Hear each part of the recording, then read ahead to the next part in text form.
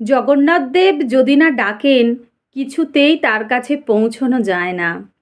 কথাটা যে কত বড় সত্যি সেটা বলে বোঝানো যায় কি? জগন্নাথ দেবের কাছে পৌঁছতে গেলে মনের মধ্যে সেই ভক্তি আর বিশ্বাসটুকু রাখতে হয়। গায়ের জোরে সব কিছু চলে না। একটা ঘটনার কথা তাহলে বলি। মাস দেড়েক আগে আমার এক বন্ধু পুরী ঘুরতে গেল। আমাকেও বলেছিল যেতে, আমার আর যাওয়া হয়নি। আমি অবশ্য অক্টোবর মাসেই জগন্নাথ দর্শন করে এসেছিলাম। তাই ওকে বললাম, জগন্নাথ দেব আমাকে যখন ডাকবেন তখন আমি আবার যেতে পারবো। এই মুহূর্তে আমাকে আর ডাকছেন না, তোরা ঘুরে আয়। আমার এমন কথা শুনে ওর সাথে যে দুজন গিয়েছিল তারা হেসে বলেছিল, ওসব ফালতু কথা। পুরী মানে আমাদের কাছে সমুদ্র। পুরীর সমুদ্রে স্নান করার মজাই আলাদা। তার সাথে জগন্নাথ দেবের ডাকার কোনো সম্পর্ক নেই। জানি না এমন কথা কিভাবে বলতে পারে। আমাদের কাছে পুরী মানেই জগন্নাথ দেব। পুরী মানেই ভগবানকে নিজের চোখে দেখা, একটা শান্তির আশ্রয়। তো আমার বন্ধু পুরী থেকে ঘুরে আসার পর আমাকে ফোন করলো।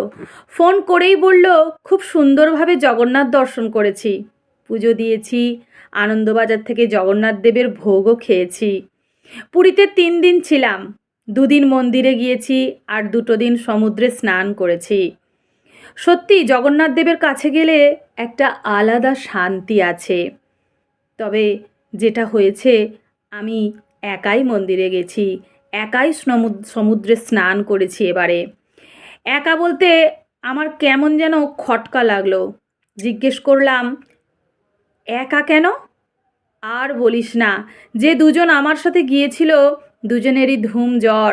পুরী স্টেশনে নামার পর দুজনের একজন বলল, প্রচণ্ড গা হাত পা ব্যথা করছে, জ্বর এসেছে আমার। অন্যজন বলল, ও একটা প্যারাসিটামল খেয়ে নিলেই ঠিক হয়ে যাবে। হোটেলে ঢুকেই শুনি আর একজন যে ছিল ওরও জ্বর। 3টে দিনই জ্বর নিয়েই পুরীতে কাটলো। বিছানা ছেড়ে উঠতেই পারেনি। না পারলো সমুদ্রে স্নান করতে, আর না পারলো মন্দিরে গিয়ে জগন্নাথ দেব দর্শন করতে। জগন্নাথ দেবের কাছে পৌঁছানো এত সহজ? তিনি না ডাকলে যে তার কাছে পৌঁছানো যায় না। তিনি না ডাকলে পুরীর সমুদ্রে স্নান করাও যায় না। মনে মনে ভাবছিলাম, তিনি জগতের নাথ। ভক্তি আর বিশ্বাস নিয়ে তার কাছে যেতে হয়। অন্যায়কে পাপকে তার কাছে ঘেঁষতে দেন। মানুষের সব কর্মের হিসাব তিনি রাখেন। গায়ের জোরে সব জায়গায় যাওয়া গেলেও জগন্নাথ দেবের কাছে যাওয়া যায় না, এটা তিনি বুঝিয়ে দিয়েছেন। জয় জগন্নাথ। কলমে সরজিৎ ঘোষ, পাঠে অর্পিতা চৌধুরী।